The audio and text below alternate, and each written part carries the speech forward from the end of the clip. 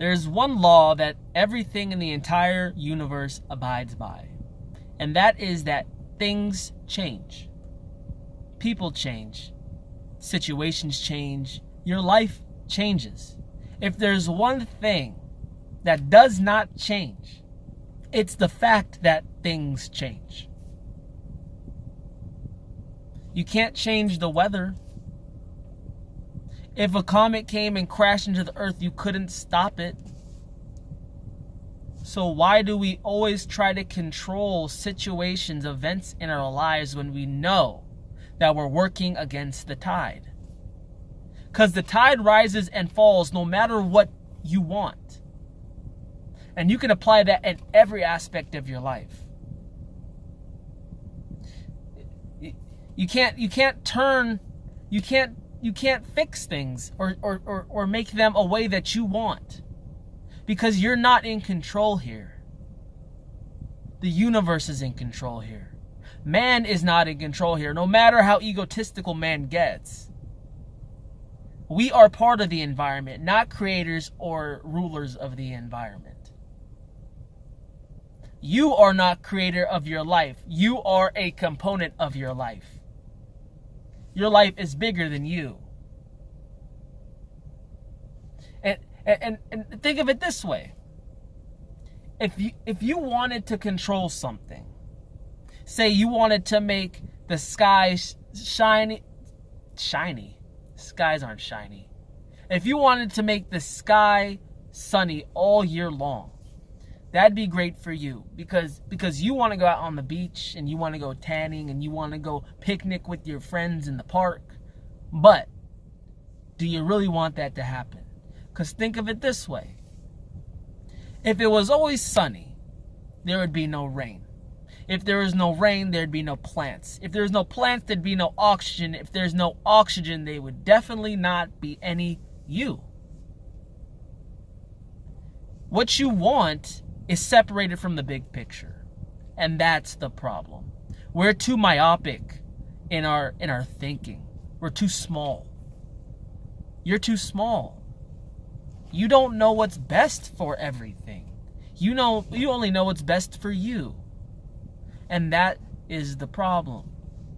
When you try to control things, you don't look at it at a holistic standpoint. You don't look at it and say that these bad things need to occur. Because in this life, there's duality. Duality is essentially the theory that there's good in the bad and bad in the good, but they're both essential. In order to appreciate the good, you have to have bad.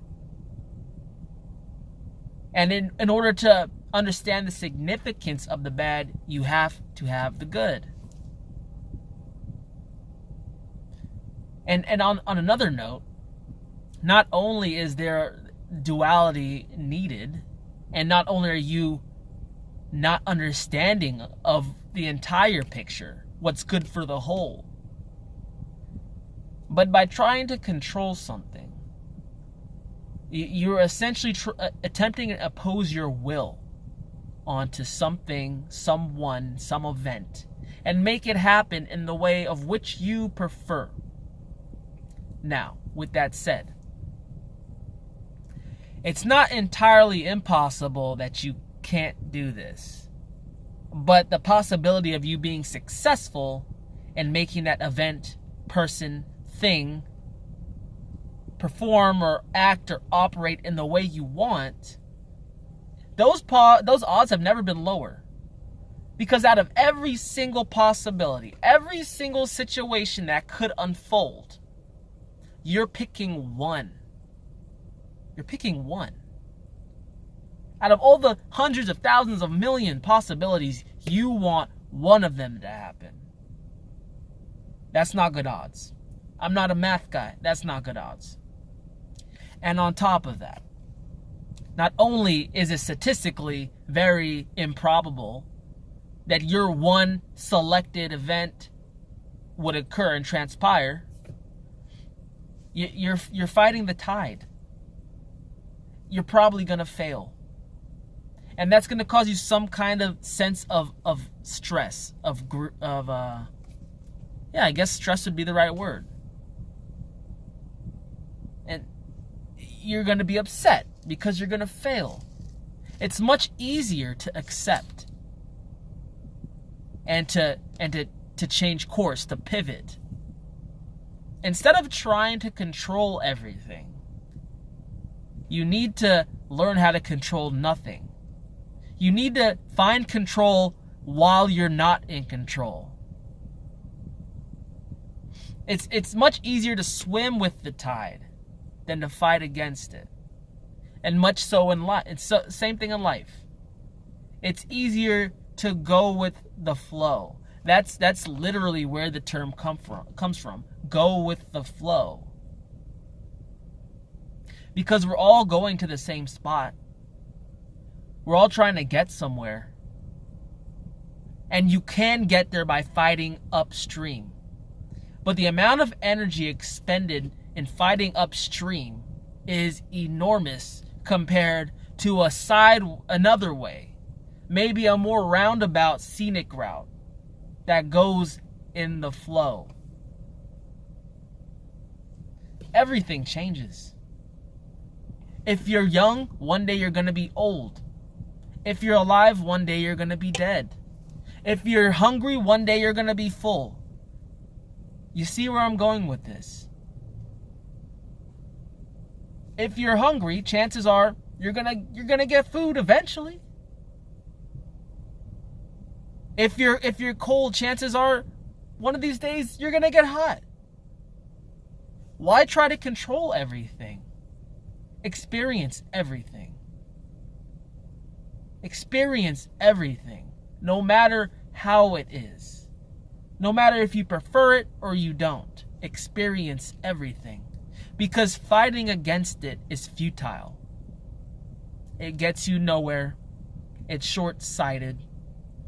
Experience everything. And that's kind of an obsession we have in our society today. Is the need for control. Is that domineering, aggressive, very direct way of life, which is, this is my plan A, plan B, plan C, plan D, goal. How can I get to my goal quicker? Now, it's good to have some direction, but being so structured and being so rigid in your thinking is definitely a flaw.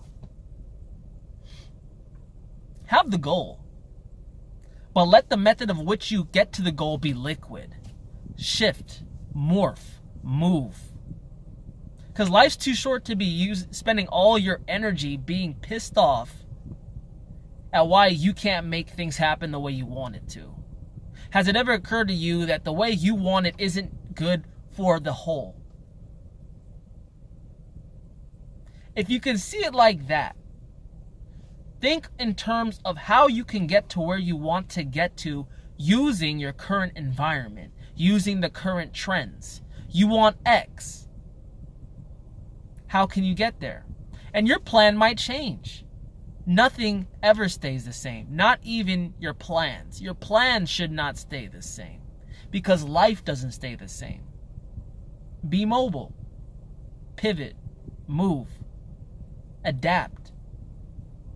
That's how you'll get there. And that's how you'll get there with the least amount of energy possible. Alright guys. Thanks for listening, tuning in. Like, subscribe, comment. Love you guys. I'm out.